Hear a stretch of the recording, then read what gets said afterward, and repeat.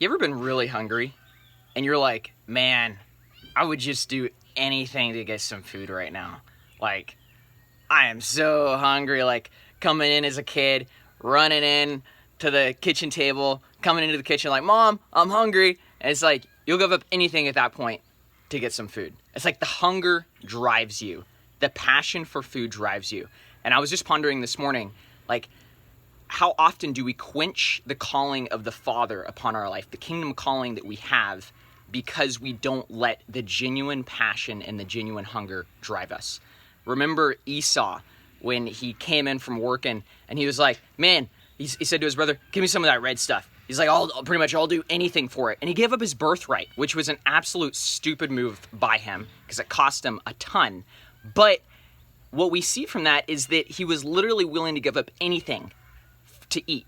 That hunger drove him to do whatever it took to get food. And it's like, how often do we do whatever it takes to just get what the Father has for us?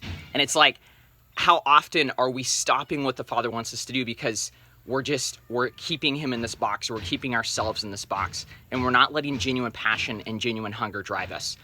How do we stop that? How do we stop the passion and the genuine hunger for him? How do we stop that?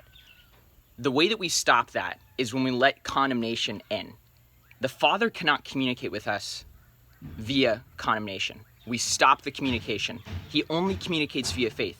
That's why when his son, the Messiah, came on this earth, Yeshua, he spoke using lots of faith. He spoke on faith so much because he wanted to reinstill within the body, within the people, within the Father's chosen people, faith.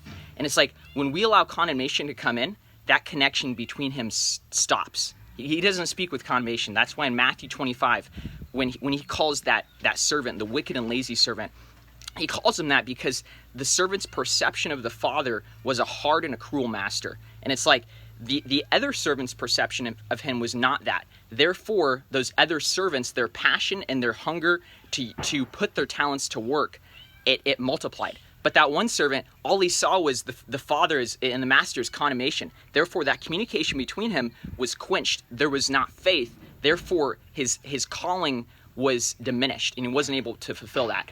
So it's like, I think about just even years ago, the Empower team, when I was younger, and we had like Sherilyn and Alex and different people. We were just a bunch of crazy young people, just letting the passion drive us and letting the passion lead us, and just doing what the Father put on our heart. Just collectively getting these youth, these young people around, just passionate for him, just around the bonfire of the word, just hungry after him. And sure, we made mistakes. Sure, we were zealous and young, but the Father could use that. He could direct it. It's like, how often are we quenching what he wants us to do? How often are we quenching his guidance because we just won't step out?